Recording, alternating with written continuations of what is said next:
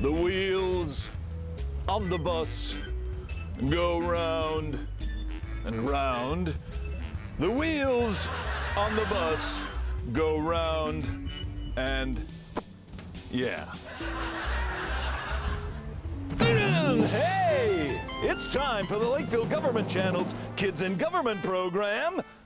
Kids in Government, yeah!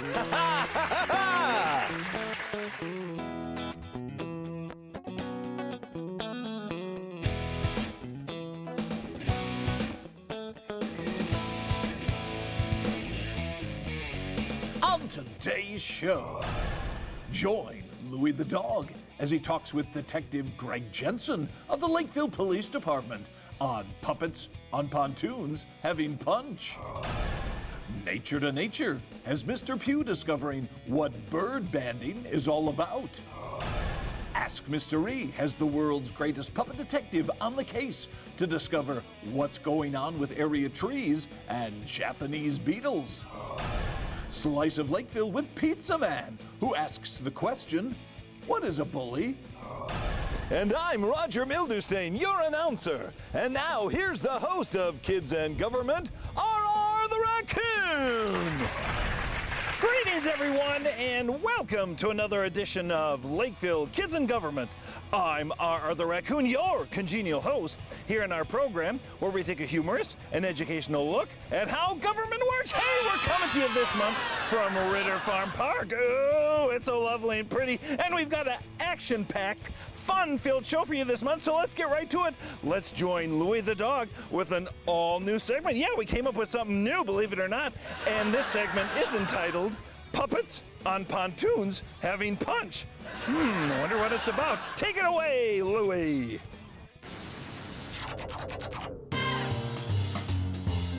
Okay. This is my kind of pontoon. This is a 2003 Sun Tracker Signature Series pontoon, nicknamed the Party Barge. It is powered by a 40-horsepower tracker engine manufactured by Mercury. With a 20-gallon gas tank, this craft gets great mileage. With the visible cobwebs, you don't have to fill up this boat very often. Dual pontoons for craft stability on area lakes. Swing and roll-up overhead cover. Matching lift and swing doors on port and starboard. Seating capacity for 7 or 985 pounds or 1 elephant. Vinyl and imitation leather seating with cup holder capacity for 12 various beverages.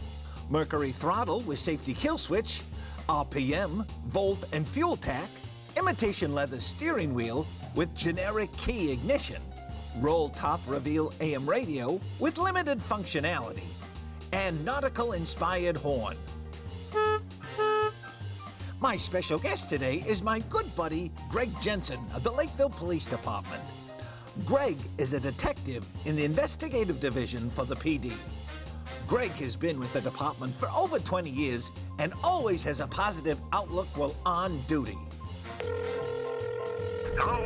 Hey, Greg, this is Louie the dog. Hey, Louie, how you doing? I'm doing great. Hey, you ready to go on that pontoon trip with me on Lake Marion? Oh, yeah, that'd be great. All right, well, why don't you meet me down by the dock and pull up and we'll head out and see what's happening out on the water today. All right, I'll be right there pretty soon. I'm Louie the dog, and this is Puppets on Pontoons Having Punch.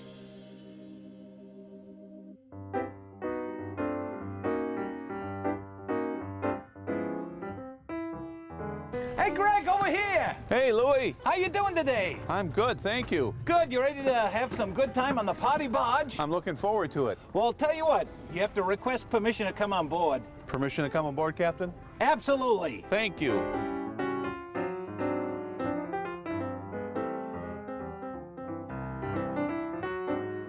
Well, Greg, thank you so much for joining me today. What do you think of the punch?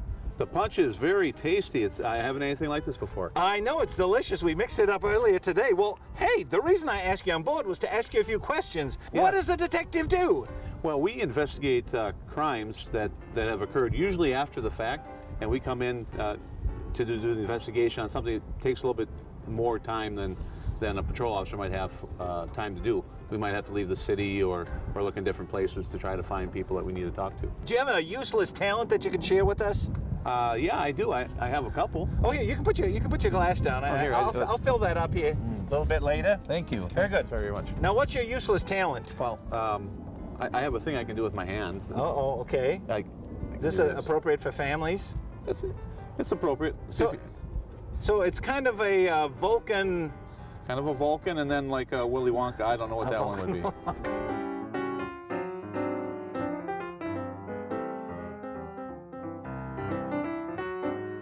You've been with the city for about 25 years. What kind of changes have you seen in the city in those years? Well, there are a lot of changes, Louis. The population is more than doubled since I've been here. The size of the police department has doubled. And we've added restaurants. We've added, we didn't have any restaurants when And I grocery started. stores. A lot of grocery stores. Yeah. A lot of restaurants. And a lot of nail places.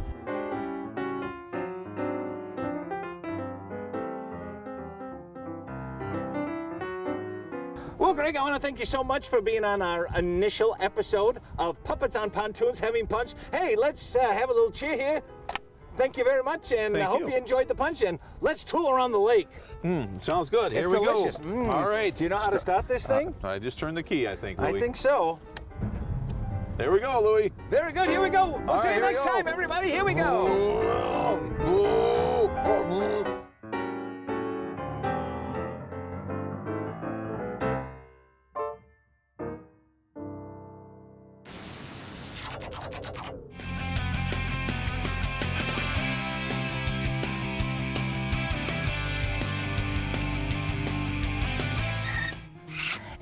Georgette the Frog here for this month's Kids Quick Tip.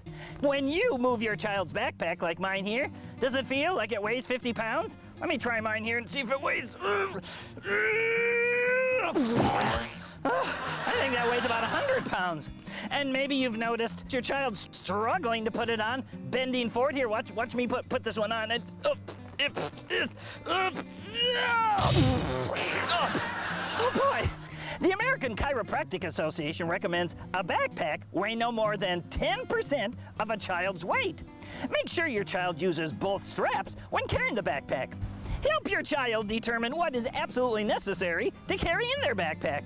If it's not essential, leave it at home. I'm gonna give mine another try here. I'm okay. I'm okay.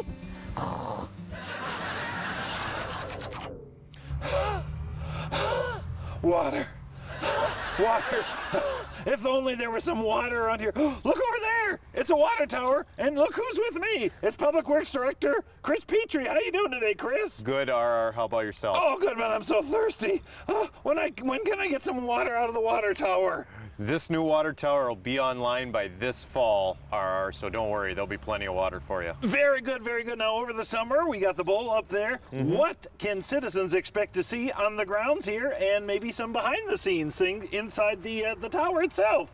So some of the things that are happening are in early August, the derrick, or the big crane that helped to lift the bowl or the tank on top of the pedestal, was removed. Sure. The tower was enclosed, and now what you'll see happening over the course of the next month or two is the rest of the painting will be done, and then also the site work around the bottom of the tank. So there'll be some berms built and some other things, some driveways put in so our maintenance crews can get in. Yeah. And then inside the tank, all of the interior piping will be completed, and then the connections to the exterior piping to our water distribution system. Awesome. And when do you flip the switch to fill it up with water? We're looking at sometime in October to actually start filling it, and it'll be online by the winter. Oh, cool. Are you going to have a grand ceremony where you push the big button and the water goes in through there? We can have you there to do that if you I want. love it. I love it. I love it.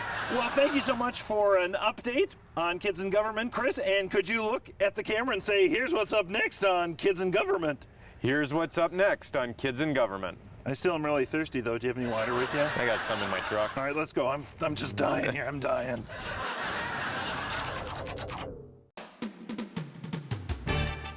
From the Lakeville Government Channel 16 studios in downtown Lakeville, this is Ask Mystery with, what's his name again? Oh yeah, cue music with Mystery. Greetings, everyone, and welcome to another edition of Ask Mr. E. I'm Mr. E, the world's greatest puppet detective, and as in every episode of Ask Mr. E, this segment is written, produced, directed, starred, and lynch-pinned by me, Mr. E. We got a great show for you this month, because this month we're talking to you about the Beatles. That's right, the Beatles. We've got John, George, Paul, and Ringo, and we're gonna... What's that? We're not talking about the Beatles? Not talking about their music? The way they influence the world? All right, lay it on me. What are we talking about? We're talking about Japanese beetles and what effect they have on area trees. Oh, brother, I got a headache. Let's just get to today's letter. And today's letter is written by Emily Rittenhouse III. And Emily Rittenhouse III writes, Dear Mr. E, what are Japanese beetles and why are there so many of them this season? Well, Emily Rittenhouse III, it just so happens that I, Mr. E, have good connections, and I think that I know who we can speak to and get your question answered. I will now declare this an official case. So off we go. Mr. E is on the trail of Japanese beetles. Ha ha! I decided to give my good friend Emily a call. Emily is the city forester with the city of Lakeville.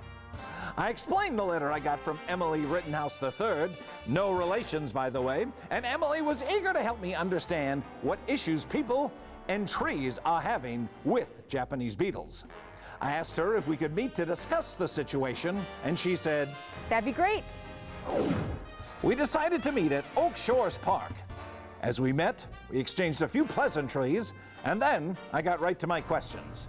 All right, Emily, the big question for you is, why are there so many Japanese beetles on our trees this season? The Japanese beetle is a non-native, exotic, invasive insect. It's not from here.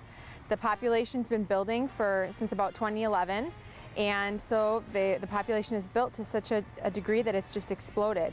Now, Emily, it looks like you have an example in your hand of what these beetles are doing to these trees. Tell me and describe what's happening. Yes, so what they do is they eat all the green tissue between the veins on the leaves of the trees and shrubs, and we call that skeletonizing. It makes it look kind of lacy, and they're just feeding on the leaves. All right, now does this do permanent damage to the trees, or will they survive?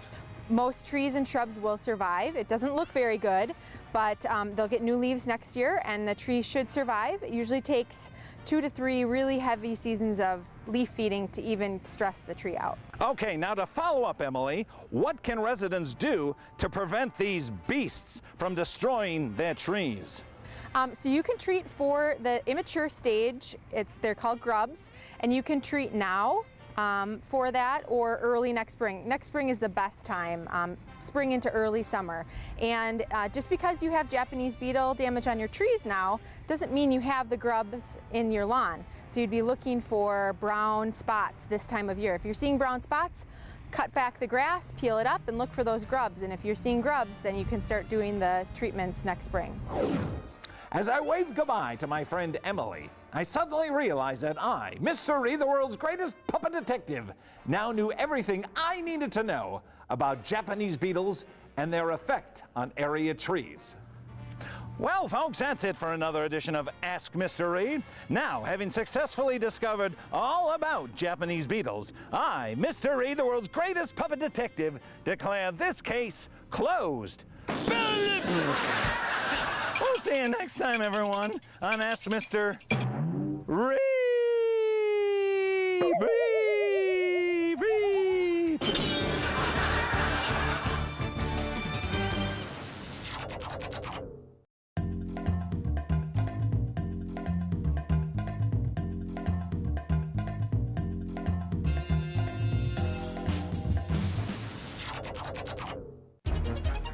From southwestern central Dakota County, in other words, Lakeville, this is a Lake Force Team HD 360-degree non-action news update with Ted Pickle.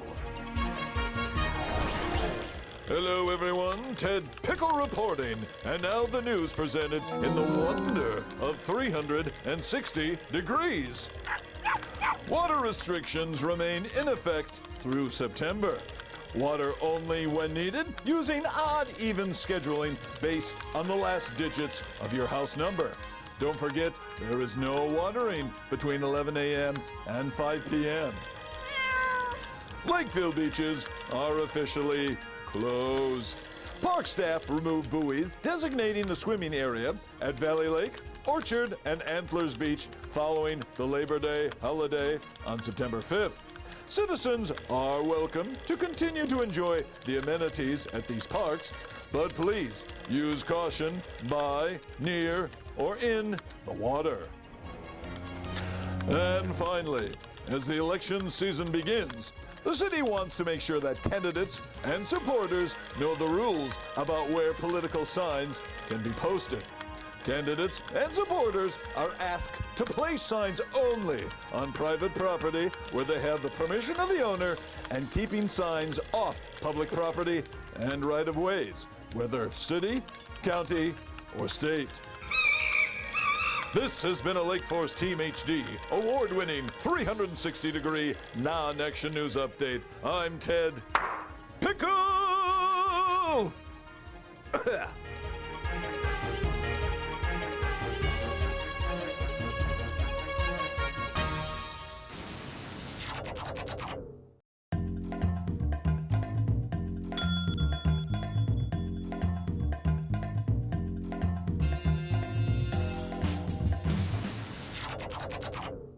Hey everybody, R the Raccoon back here, and we have relocated to Eastview Elementary, where look who I ran into, the superintendent of Lakeville Schools, Dr. Lisa Snyder. How you doing, Lisa? I'm well. How are you, R? I'm doing very good. What are you doing here at Eastview Elementary?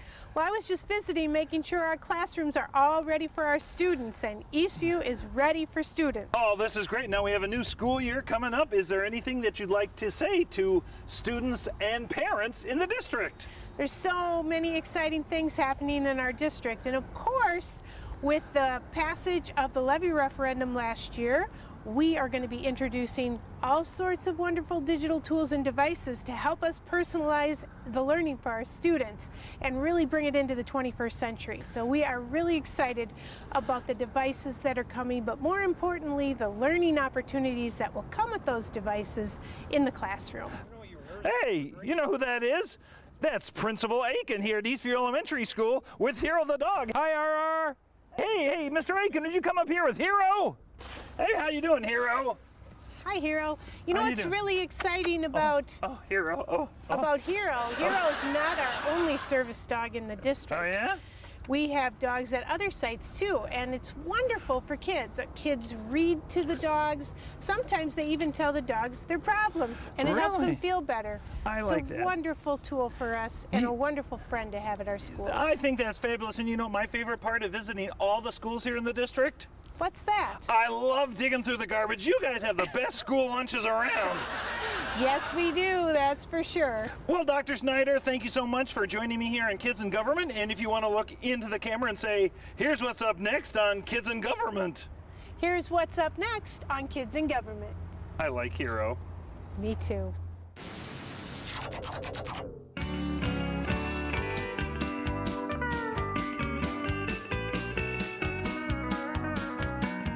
Hello out there, my friends. It is Mr. Pugh here for Nature to Nature, and I'm at Ritter Farm Park, and joining me is my new friend, Roger, and we're going to talk about bird banding here in the city of Lakeville. How are you today, Roger? I'm well, Mr. Pugh. How are you? I'm doing okay. My tail's a little limp. It must be the humidity in the Yeah, air. it's kind of sticky out today, isn't it? Yeah, so Roger, tell me, why do you band the birds?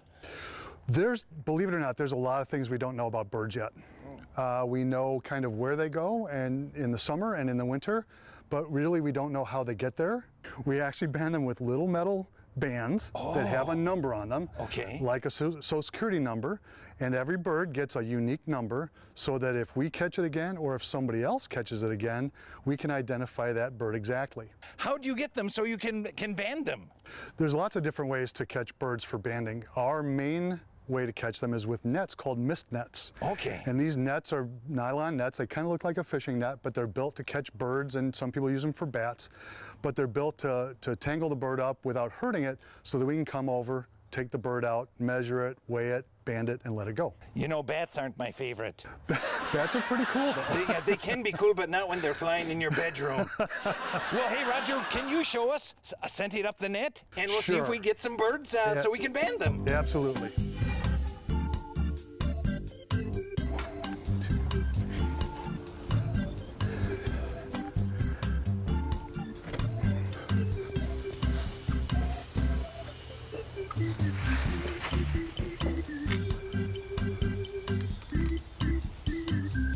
Oh, Roger, you did a nice job setting up the net.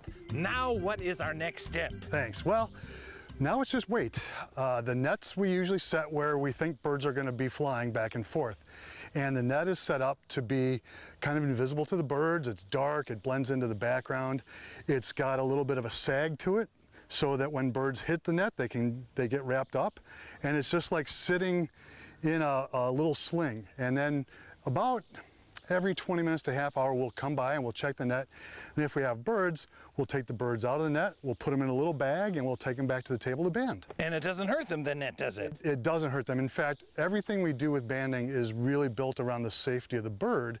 If we did something that hurt the birds, our research wouldn't be very good. Very good. Well, you know what? Let's see if we can find some things to look at in nature here while we're waiting at Ritter Farm Park. Sure. All right, here we go. Oh.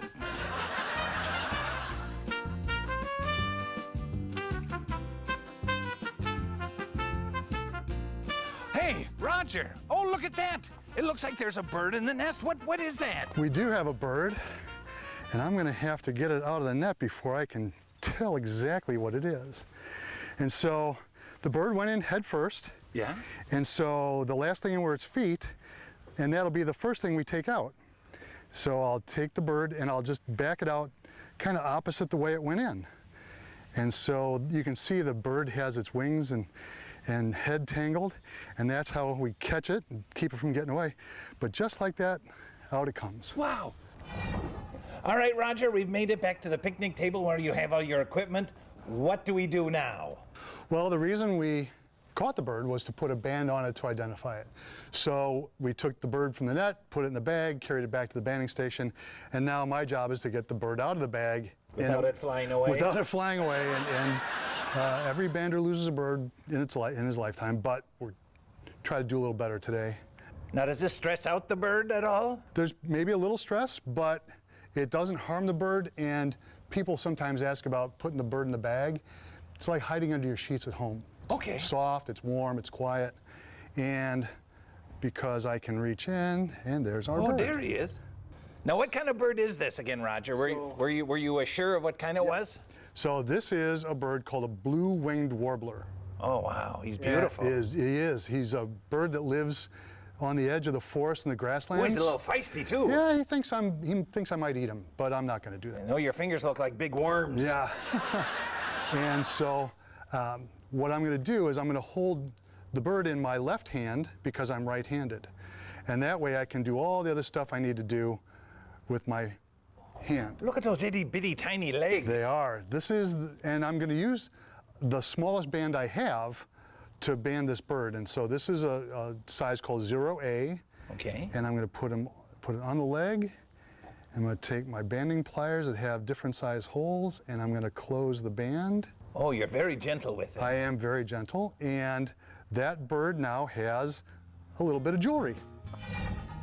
All right, Roger, you've done all your measurements, your weighing, found out it's a boy, right? It is a boy, yep. And you said he'll probably be back next year. Hopefully we'll see him in the spring when he goes back north. Awesome. Well, what's the final thing that you do as part of the banding process, Roger? Final thing we're going to do is let him go. Oh, no. If you could help me count down. Well, we got to give him a name first. What should we name him? How about Mr. Yellowbelly? Sure. All right, Mr. Yellowbelly. It was nice to meet you. And let's do a countdown. What do we count down from? 3. 3, 2, 1. Okay. Yep. 3, 2, 1.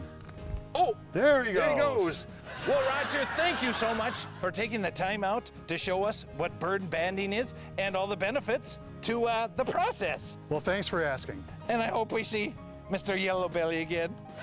I think I'm gonna cry because I think I made a good friend. Thanks a lot, Roger. You bet. Bye, Mr. Yellowbelly.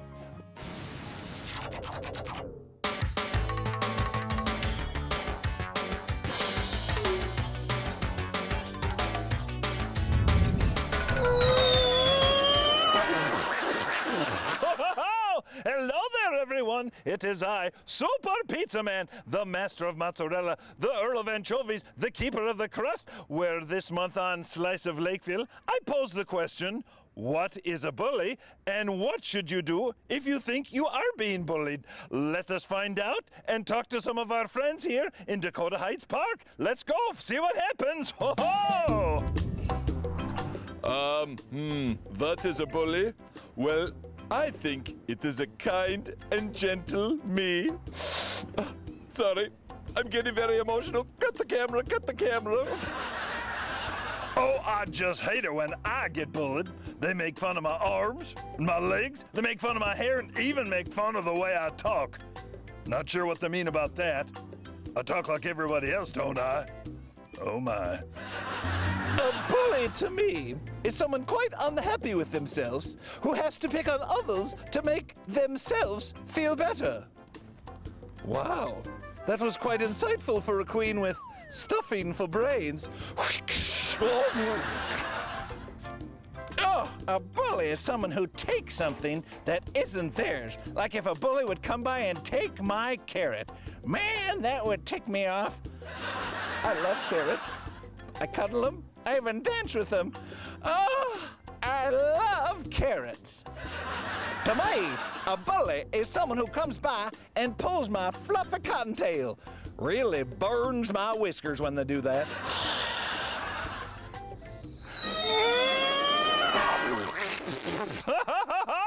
Well, everyone, those were some really good answers about what a bully is. I have now relocated to the Lakeville Police Department, and joining me is Lieutenant Jason Polinsky. How are you today, Jason? I'm doing good. Very, very good. Now, can you tell me, Jason, what is a bully? That's a good question. Bullies can kind of present themselves in a whole bunch of different ways. Some kids like to pick on other kids. Some kids will pick on them through intimidation, fear, maybe even sometimes physically. Why they do it? They probably want to make themselves feel better about themselves. In the process, they end up actually hurting somebody who's rather innocent and hurts their feelings and kind of makes life not fun for that person. Oh, very good answer. Now, what should a kid do if they feel they are being bullied? First and foremost, if it's in a school setting, you need to talk to a teacher or a principal or a dean. I'd also probably recommend to go home and tell your parents that something's going on or you're being picked on. And lastly, if you have some good friends, it's not a bad idea to tell your friends that you're being picked on too. Ah, yes, because there's always strength in numbers, correct? There is. Very good. Well, thank you so much for helping us out to determine what is a bully and what to do in case you are bullied. Thank you, Jason, for being on this edition of Slice of Lakeville. You're welcome. And we'll be here next time with another edition. And if you wouldn't mind, I know you've got a little wing thing going on there, but I just need a little boost to fly out. To the count of three, could you give me a little boost here? 1, 2, 3!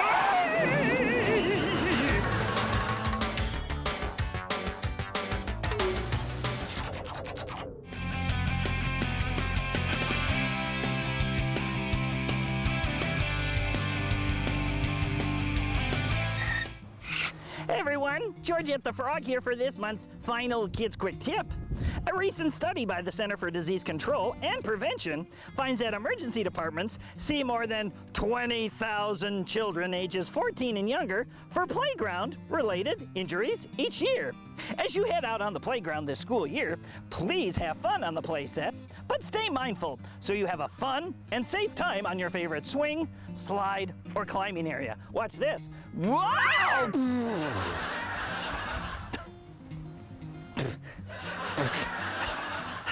Georgette was not very mindful while she's on the play set. Oh boy. Well, folks, that's it for another edition of Lakeville Kids in Government. If you have questions on any of the information we've covered, please feel free to give us a call. Our studio line is 952-985-4418, and you can watch this show and all the shows here on LGTV online at lakeville.mn.gov. Hey, I hope you've enjoyed our show this month, and we'll see you next month for another exciting edition of Lakeville Kids in Government. We'll see you next time. Oh. Mosquitoes. They're all over the place. See you next time. Goodbye, everybody.